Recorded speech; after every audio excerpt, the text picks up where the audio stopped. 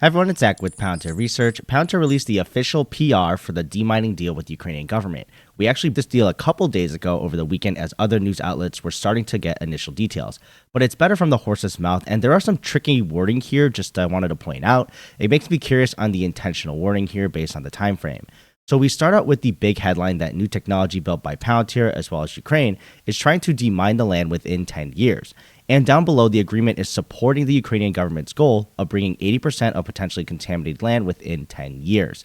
So it's interesting that it's not pointed out as a 10-year deal or partnership or multi-year partnership specifically at the top.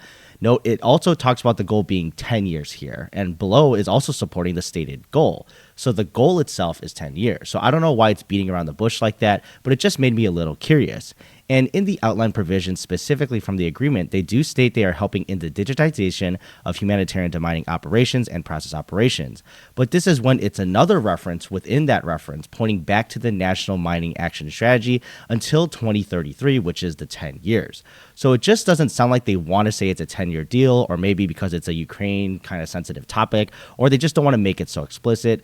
Taking their recent partnerships, of course, as examples, with Babco, it literally says multi-year partnership, or with Colt, it says 3-year partnership. The Anschutz partnership, it's 18 months up to 4 additional years. Now, these were just the most recent, but of course, I just wanted to point it out. That's how they've been stating it before in official PRs.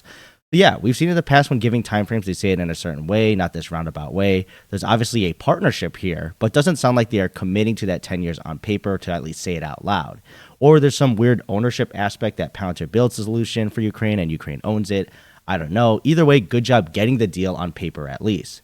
Now, further down, it's clear in Palantir's PR than I'd say in the Telegraph article I covered 2 days ago what exactly Palantir does. But critically remember, this is not necessarily the demining software or technology itself, but the overall picture on helping the logistics of running a demining operation across a whole country. The government can see where and how important scenarios are playing out in different areas and trying to focus their humanitarian and economic efforts there to help the outcomes.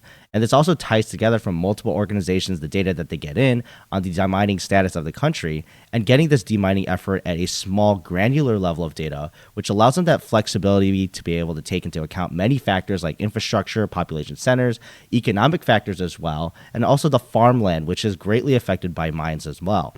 And they'll be able to take advantage of drones and UMV or unmanned vehicles. So like I mentioned, the best thing is for Palantir to keep on showing value like this and keep on getting their technology up and the efforts in a more modern way, as well as continue to give the Ukrainian government more ideas to build new solutions on top of Palantir, like an operating solution like this.